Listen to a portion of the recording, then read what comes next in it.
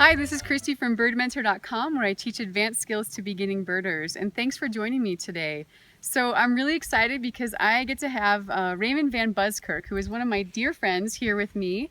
And Raymond is the owner of BRANT, Birding Research and Nature Tours. There it is. Yeah, and he is was the youngest Audubon chapter president ever. And he also works for Leica, and I always mess up your title, Raymond. Could you just tell everyone? I do too. Okay, good. So for the past year, I've been the birding product specialist with Leica Field Optics, which essentially means I'm traveling around the country and even into Central America, promoting birding and selling Leica products, essentially, and working with young birder camps, ABA young birding camps, leading tours. You know, just kind of representing birding. So another reason that I feel really lucky to have Raymond here is that he just got off the plane from Texas, where you spent like, was it 5 days or something, getting up at before dawn and then staying up until way after sunset. Could you tell everyone a little bit about what you were doing in Texas? Sure. Okay. I was at the Rio Grande Valley Birding Festival, which happens every year in the first part of November. And essentially it's one of the largest birding festivals in the United States. People flock from all over the United States and from around the world to come view these special birds of South Texas. Okay, so Ray, even though you and I have known each other for a while, at the moment I feel kind of giddy, like I have little butterflies in my stomach, because it's kind of like I'm in the presence of a celebrity.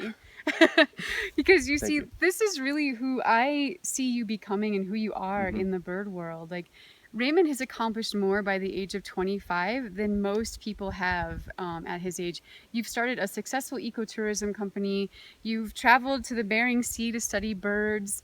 You have you're a Latin and ballroom dance instructor, right? You've made TV radio appearances. Like, it's just impressive what you've done. And I think what tends to happen for people when they come into the presence of someone like yourself, you know, with the high caliber that you are, I think what people want to do is they want to know, like, what's your secret? You know, how did you get as good as you are right now? And I wonder if you'd be willing to share with everyone maybe a couple tips or things that maybe you did or that made a real difference for you when you were younger, and even things that you do now to stay as good as you are. Let's give it a go. Okay, great. You know, when I think back to when I started birding, which was right around age 7, certainly the most important thing for me was having a bird mentor, you know, which meant having someone who was already a very accomplished, careful birder that I could go into the field with and learn from. You know, and in my case, in Albuquerque, I had many bird mentors, and, you know, it was a very valuable thing for me growing up. One in particular, Christopher Ristay, you know, he really taught me how to bird. How do you go into the field and even begin observing birds and learning about birds and recognizing birds? So having a bird mentor that you can get out there with, who will inspire you to be better, and also who can teach you that it's okay to be wrong. You know, that was one of his best lessons. So the other thing that Christopher, I think, really instilled in me was the power of focused field observations and field notes. You know, getting out there and not just being in the moment and observing birds, but, you know, taking those observations and putting them into a field notebook where you're counting the numbers and you're thinking about the behaviors of birds and making notes on plumage and, you know, really learning to recognize the species rather than just identifying the species. So I brought my field notebook. Good. I brought my field notebook. So hopefully we can see this here. So this was one that I did this summer. Tilt it down just a smidge. This summer at Camp Avocet. So really basic things. Okay, this is an American oyster catcher, and, you know, what I was trying to capture here was just some of the shape. You know, that the neck is a little darker than the back. And then here in the notes, I'm able to write chocolate brown back, you know, very basic things. So I'm curious, why do you, like, for you, so you get out there, like, you already know, you probably know what an oyster catcher looks like. Like, why would you take the time, someone who already knows this, to look and to draw an oyster catcher? Well, the way I think about it is that there are so many details in birds' plumage, in the structure, in their behavior, that are not captured in field guides.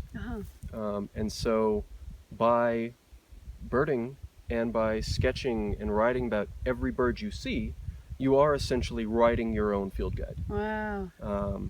I mean, if you guys had a chance to look at his notebook, I can just see through the pages here that there's just like picture after picture after. It really is a field guide right there. And but why would that help someone learn? Like, so you write a field guide. I mean, they've already got field guides. Like, what do you think? How do you think that's helped you to learn the birds? I think it's allowed me to just really focus my energy on the individual. You know, because not every, I just heard a mountain chickadee, and not every mountain chickadee looks the same. Right, right. A field guide tries to kind of capture the basic essence of a mountain chickadee. The generic chickadee. Your right. generic chickadee. Yeah. But you can't ever really, you can't show the sheer amount of variation within a species and within an age. And so by constantly sketching, like, you know, if I were out here just birding, I'd probably sketch the chickadee. Something about the chickadee or something. Even though you've seen a chickadee like a gajillion times. Yeah. Right. Maybe I'd notice something in the wing coverts that I hadn't noticed before. And thank you for those. Yeah. I think that's really impactful, and they seem simple, but oftentimes the things that are most helpful for us in learning, because that's my whole thing, you know, is teaching people how to learn about birds. Right. It's the simple things. So really, you know, if you want to learn more about birds, it's to get out there and do the things that Raymond just mentioned. Was there anything else? Do you have any other? Okay. I do. When we talk about how do we continue to grow and, you know, continue to learn as we become more experienced birders, I really think that following your heart and following your passions is the way to do that. Yeah.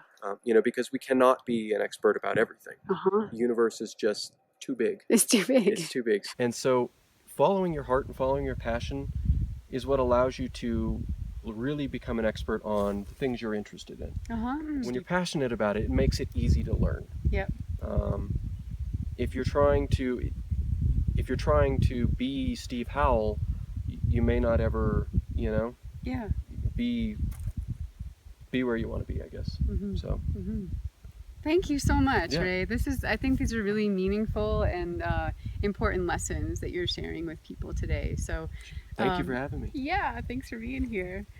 So I want to inspire you all. Thank you, everyone, for joining us here today. And get out there, go look at the birds. Please share in the comments below any of the things that you tried that Raymond suggested. Like, was it hard for you? Was it easy? Did it open up a new world for you, you know, with a particular bird? And let me know what you think. And yeah, thanks so much for joining me. We'll see you next time. And now we have a dance session? Oh yeah, dance session. So how do I do it?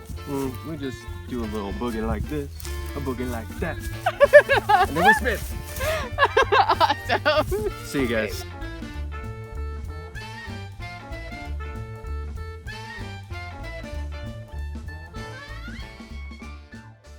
A wildlife refuge where a successful Oplomato falcon reintroduction product has been. Dang it! I was like, really? It's a product. Okay. Yeah, I think I have one other thing. You know, when we talk about. Are you like all your stuff on? I like all your stuff on. I like my stuff on. But I want to make sure you feel good. Okay. I feel a little close, but that's okay. Okay. So this is my friend Raven. We're just hanging out. Hey.